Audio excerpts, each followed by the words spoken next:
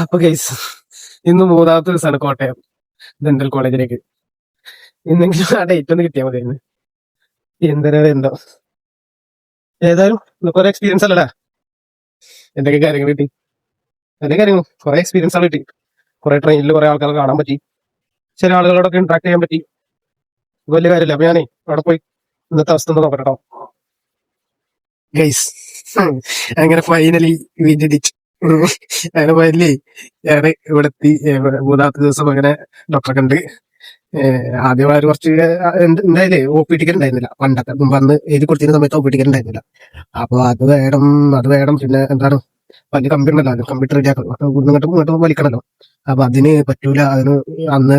അതിന് വേറെ രജിസ്റ്റർ ചെയ്യണമായിരുന്നു. അങ്ങനെയൊക്കെ പറഞ്ഞിട്ട് കുറച്ച് നേരം എന്നെ അവിടെ നിന്ന് കട്ടൻ ചുറ്റിച്ച്. പിന്നെന്താ എന്റെ കണ്ണും മോറും കണ്ട് പാവം തോന്നിയിട്ടാണ് തോന്നുന്നത്. അവസാനം ഓക്കെ ആക്കി ഇപ്പൊ അളവൊക്കെ എടുത്ത് വന്നിട്ടുണ്ട്. ഇനി ഒരു 2 വീക്ക് കഴിഞ്ഞാൽ വിളിക്കുന്നതാണ്. അത് റെഡി ആകുമ്പോൾ വിളിക്കും. 2 വീക്ക് എന്നാ പറഞ്ഞത് ഏകദേശം. അപ്പൊ ആ സമയത്ത് ഒന്നുകൂടി വരണം. അപ്പൊ നെക്സ്റ്റ് അവർ വിളിച്ചിട്ട് നെക്സ്റ്റ് വരവില് നെക്സ്റ്റ് വ്ലോഗിന്റെ പാർട്ട്. എല്ലാവരും ലൈക്ക് ചെയ്യുക, കമന്റ് ചെയ്യുക, സബ്സ്ക്രൈബ് ചെയ്യുക.